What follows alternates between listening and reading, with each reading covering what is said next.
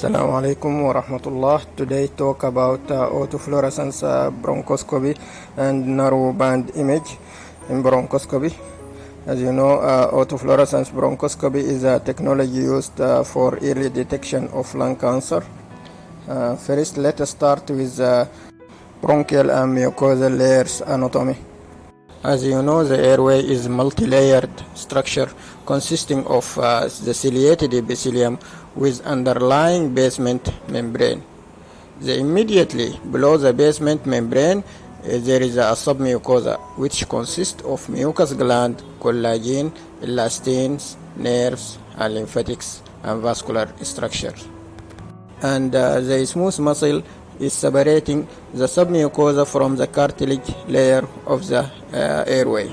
So starting from most outer layer is cartilage, followed by smooth muscle, and followed by submucosal layer, which content of fibroblast and connective tissue, followed by mucosa, which include the epithelium and basement membrane and subepithelial collagen layers.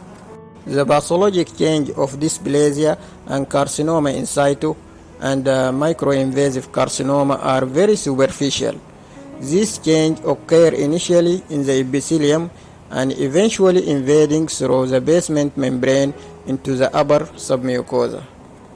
Certain cells within the epithelium and upper submucosa, known as fluorophores.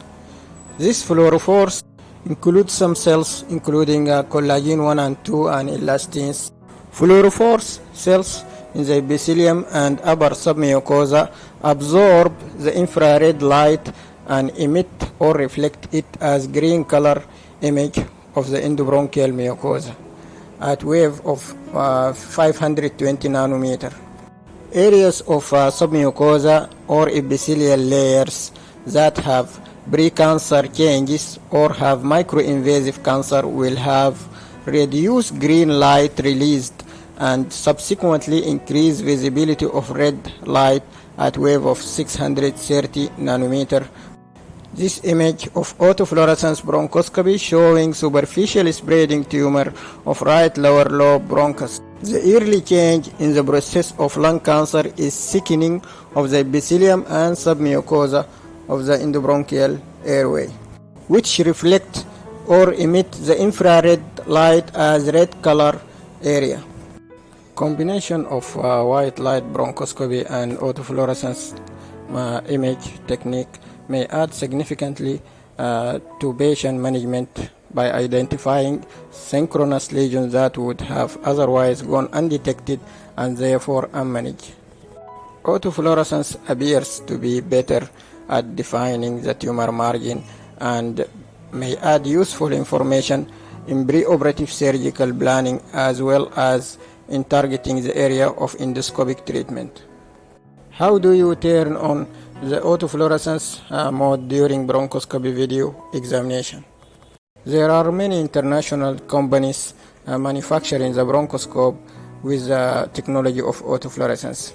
One of these companies is Richmond, British Columbia and Canada company operating the first autofluorescence system called lung imaging fluorescence endoscopy or LIFE system, or other name laser induced fluorescence endoscopy. LIFE system use a laser light which goes through a filter to induce ultraviolet light to stimulate cellular of autofluorescence, allow clear visualization of the green and red light generated by autofluorescence. LIFE system is non-real-time autofluorescence bronchoscope, which means need foot pedal to change from position of white light bronchoscope to position of autofluorescence by using laser light source. That means on LIFE system, simultaneous comparison of video endoscopic white light bronchoscopy and autofluorescence image cannot be achieved as in this picture. This picture taken by LIFE system bronchoscope showing tumor in the bronchus intermediate with clear margins. Second system is D-Light system produced by Carl Storr Endoscopy of American and California, USA. It uses xenon light source with camera filter to induce infrared light for autofluorescence. The D-Light system is currently the only approved by FDA and commercially available system in United States and America and Africa and Europe. This image taken by D-Light system showing red area of carcinoma in situ among green area of normal endobronchial mucosa. Comparing with white light bronchoscopy image of the same system where you cannot differentiate between pathological and normal endobronchial mucosa. The third system is diagnostic autofluorescence endoscopy or DAF system. This is made by Richmond Wolf Endoscope in Germany. It also uses technology using filter xenon light source, goes through infrared filter to induce both black and white image and autofluorescence image of green and red.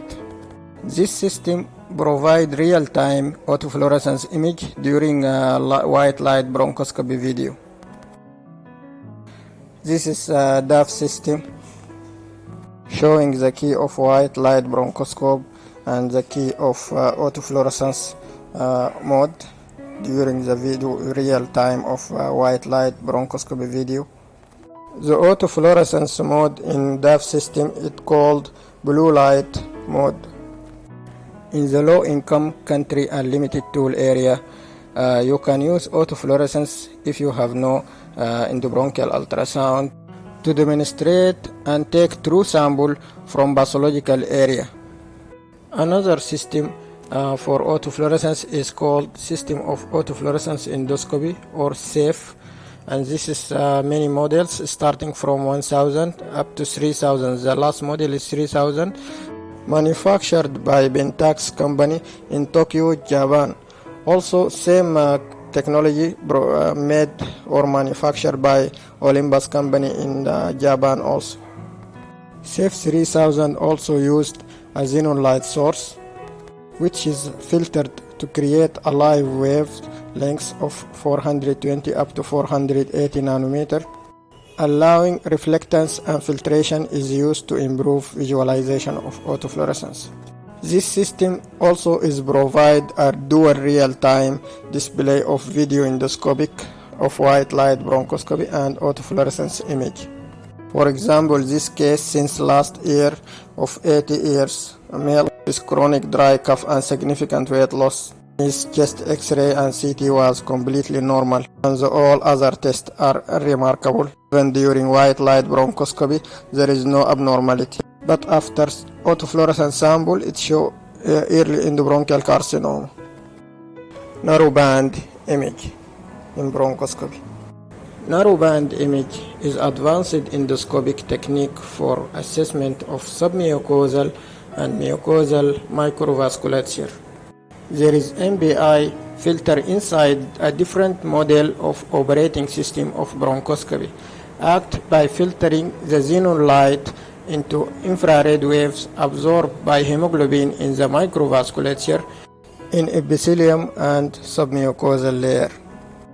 Thereby, localized angiogenesis is visualized by MBI mode in bronchoscopy. Angiogenesis could be an early changes of endobronchial carcinoma. The narrowband image mode or MBI is always a real-time mode found in all systems of bronchoscopies manufactured by different international companies.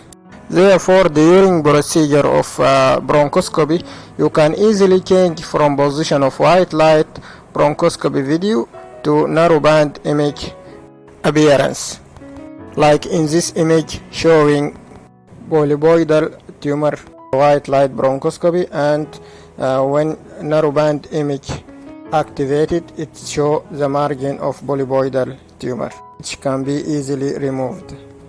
Another image from different patient showing increased vasculature in white light bronchoscopy, while during MBI mode it shows a dotted of angiogenic squamous dysplasia.